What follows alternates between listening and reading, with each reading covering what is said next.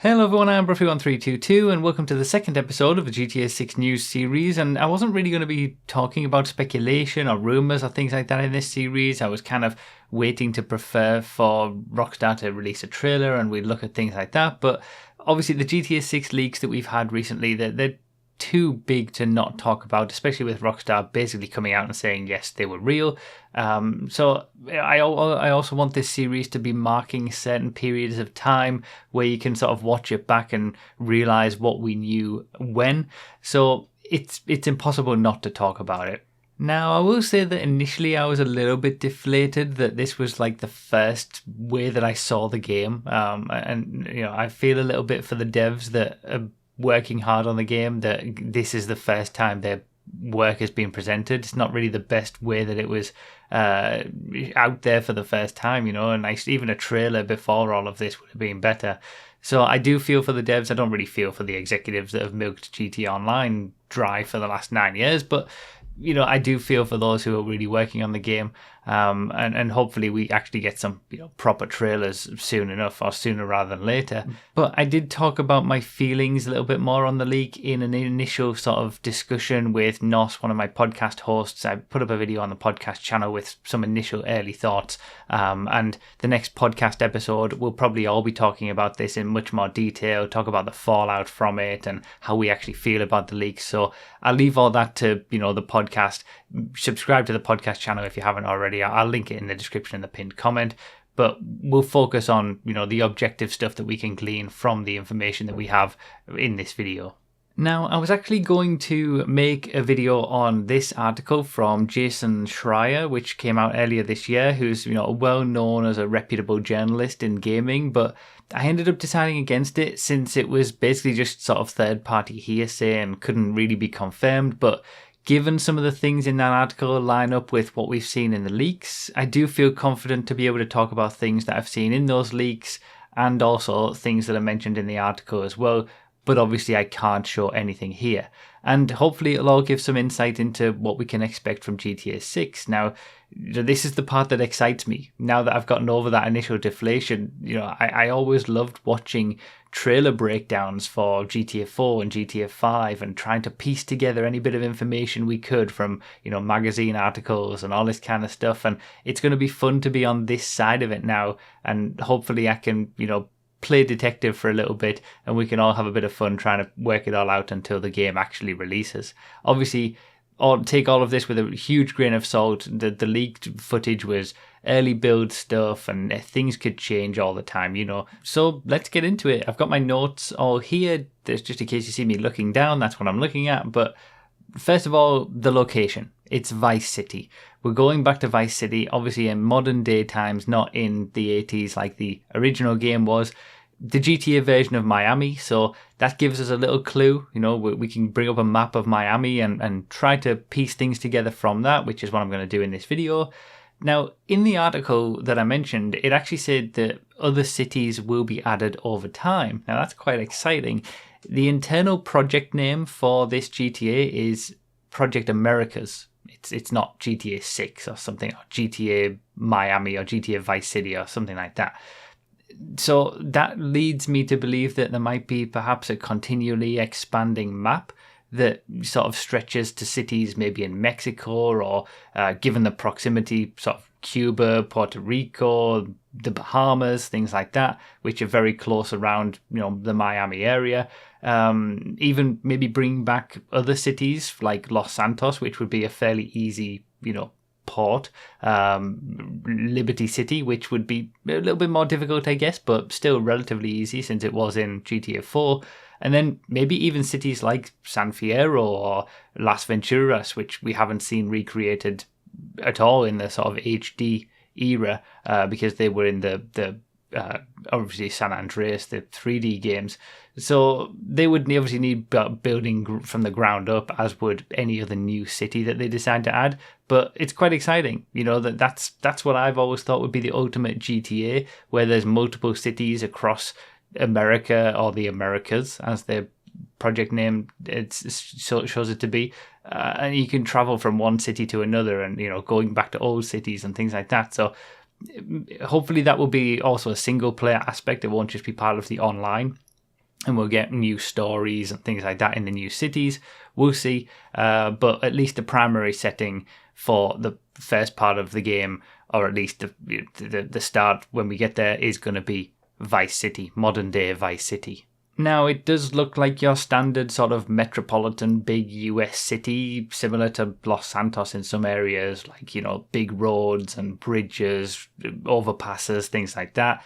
It'll be interesting to see sort of how much of Florida they incorporate in terms of, how far out of the city they go. The Florida Keys or something, which is, sort of just below Miami, or the Everglades. There is actually reference on a sort of animal wildlife sign in the leaks to Grass Rivers, as it's called. So maybe Grass Rivers is the GTA name for the GTA equivalent of the Everglades. We will see. There is also a metro system as well, which we can see. We're unsure if it's rideable, but it is there. Now, this next bit, I'm not sure whether anyone has noticed this, because I think you'd have to have a little bit of motorsport knowledge like we do on this channel, which it's all about racing and GTA racing and motorsport, to sort of piece this together. And I haven't watched anybody else's videos or any other articles on this or anything. This is just all from my own, detective work. But there is a reference to the Gellhorn racetrack. Now, that on its own is quite exciting. We focused on GTA racing for the last 9 years. Maybe it's going to be a GTA representation of an actual proper racetrack. And in one of the videos that sort of shows a little bit of the map from a top-down perspective, you can see what looks like a hairpin from a racetrack. So that's quite exciting. We might actually have a purpose-built racetrack in the next GTA, in GTA 6.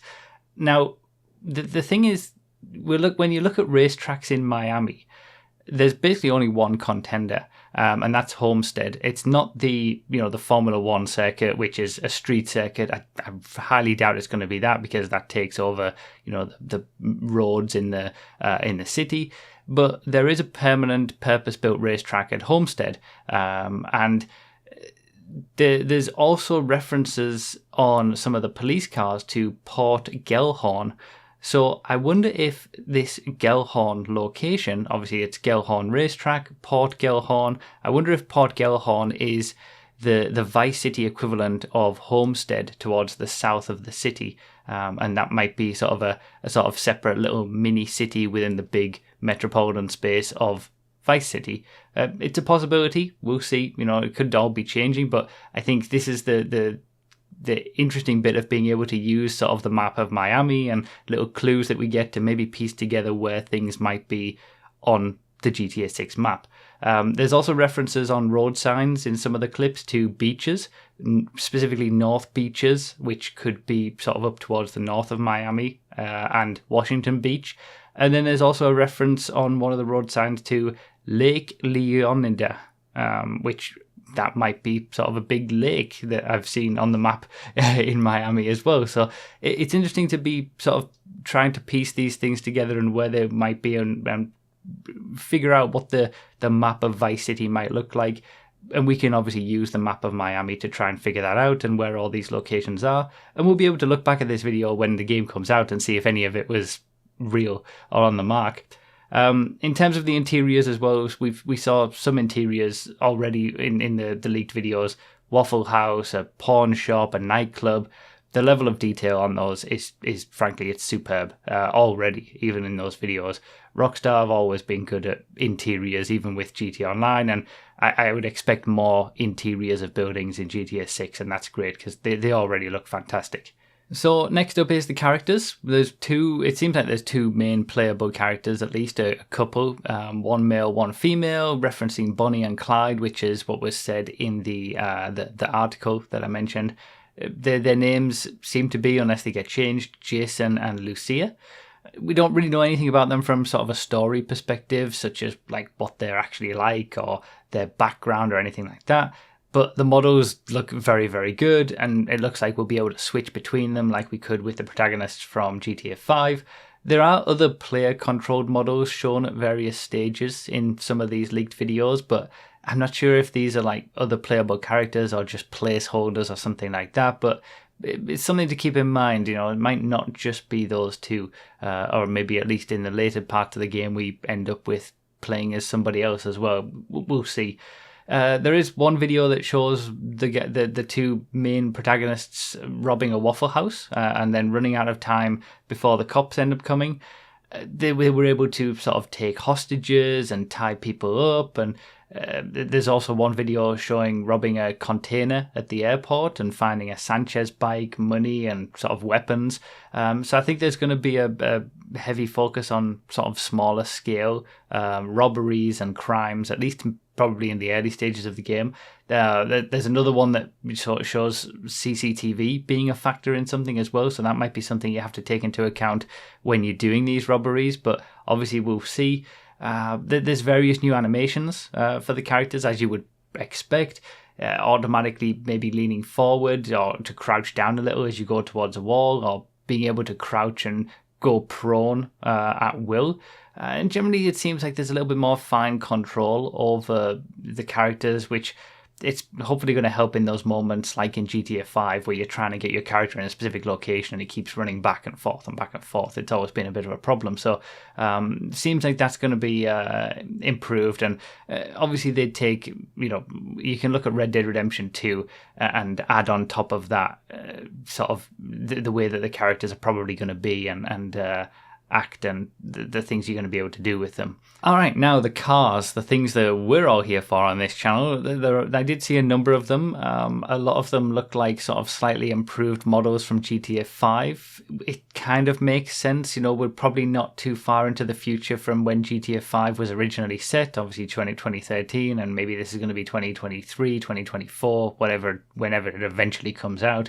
So there wouldn't be that much of a change to the cars themselves, but it does also allow them to then bring back a lot of the cars from GTA 5 in a slightly improved way without having to completely rethink the design of cars, for example. So, I've seen things that look like a Picador, a Futo, a Blister, Yuga, Rakoto, Emperor, Sanchez, Stania, and others as well. They could also obviously be placeholders, and those cars are going to change drastically over time, but I imagine we'll see similar cars to what we have now, but with increased functionality and, nicer models and little changes here and there. But, the police cruiser, for example, looks exactly like the police cruiser in GTA 5, just with a different, livery on it. So we'll see. There was at least one clip of a drivable vehicle that makes sense given the location with the Everglades and everything. It's basically like an airboat with sort of a boat with a big fan on that they use in the Everglades. The kind of the type that you would see in Florida. So that's going to be an interesting one to drive, and it does suggest that the Everglades will be a part of the game and maybe an important part if you've got to use these boats to traverse it. The interiors of the vehicles look fantastic. There's all sorts of movable parts, as we saw in some of the clips, like the mirror, the sun visor, the seats can move, even the pedals can be depressed, and the steering wheel can be moved sort of up and down and in and out. I'm not sure whether we'll be able to make those adjustments, because I'm trying to think of sort of a gameplay reason for that. It might just be sort of a system that Rockstar have developed to be able to tailor a car to to say, they build a model of a car and they sit the character in it, but he's too far forward or something like that, and then they can move the seat back on their end. Whether we'll be able to do that, I don't know, but it looked really cool anyway. And then in terms of the driving physics, there was very, very little of driving physics shown, but from what I could tell, it seems very similar to GTA 5, but maybe a little bit more weighty, a little bit more weight to the cars. So that would kind of put it more towards GTA 4. So I would probably say it's somewhere in between GTA 4 and GTA 5, which to me, that's about perfect. I thought, for me, I liked the handling of GTA 4, but I know it was a bit too sort of weighty and unresponsive for a lot of people. GTA 5 kind of addressed that, but maybe went too far in the other direction. So if they're bringing it a little bit further back and, putting those two together and getting the best of both worlds, that might be about perfect. So I'm kind of hopeful that, all of the things that they've been testing with GTA Online that we've covered on this channel with advanced handling flags and all the different ways they've programmed cars, and then we've given our feedback on them on this channel. Hopefully that feedback has been listened to, and that makes this the best GTA game, ever from a driving experience perspective. And finally, that brings us to weapons. Now, they have weapons, they have guns, but they're just guns to be. There's not an awful lot to go off from at least the clips that we've seen. The weapon wheel is an interesting one, though. It looks like it's going to be a little bit more involved and sort of maybe taking some cues from Red Dead Redemption 2, where there's sort of three aspects of the weapon wheel. You've got the weapons, then gear, and then equipment in sort of three different sections, and you can only carry a set amount of weapons on your person. You can't, it's not like GTA these days where you can just have all your weapons available and pull an RPG out of your butt and stuff like that. So, things that you got to maybe think a little bit more before you start a mission about the kind of weapons that you want to take. If you put a weapon away, they'll put it on their back, and again, like what we saw in Red Dead Redemption 2, but there might also be the ability, from what I've seen, to carry bags, bags over your shoulder, and you can put items in the bag and transfer it from the bag to your person and things like that. So it will certainly be a little bit more involved when it comes to carrying items, the weapon wheel, carrying weapons and other things as well. So it seems like it could be quite interesting. So that's kind of pretty much it. That's what I've been able to glean from the leaked videos. We certainly know a lot more now than what we did a few days ago. And after sort of getting over that initial bit of deflation that this was the first time I saw the game, I didn't really want it to be the first time. I would have liked to have just had a nice looking trailer to build up that excitement, to be honest. But after getting over that and seeing it and dissecting it and having fun trying to figure things out, I'm excited. I am excited for the next game. It seems like they're going to knock it out of the park again, because this is what Rockstar do, and it seems like they're on the right path. And as Nos said in that little chat that I put on the podcast channel, it kind of gives you the permission to get excited about it. Before, we just didn't know anything about it, whereas now the things that we've seen, it shows that it seems like they're moving in the right direction and they're doing the right things, and it's going to be just a much improved experience, and that's good to see. So we can get excited. We can be looking forward to it. I'm looking forward to hopefully seeing a proper trailer at some point soon, and maybe they'll release one sooner rather than later now. But we still don't know how long it's going to be that the game's going to come out. Still could be 2025 before we see it. So, by all means, subscribe here if you want to keep getting updates. If you haven't already, for GTA 6, I'm going to keep covering it, and we'll do all the trailer breakdowns and things like that when they come. And again, it'll be in the same format as this, where I'm not too worried about getting out information as quickly as possible in terms of these videos. I'm more focused on making them as accurate as possible and really diving deep into these sorts of things. So obviously subscribe to the podcast channel as well, like I said, where the next podcast episode in about a week's time, we're going to go over all of this sort of stuff together as well, and in a lot more detail, and give our personal thoughts on everything. So yeah, that's pretty much it for this one. Thank you all so much for watching. I really do appreciate it, and I'll see you next time.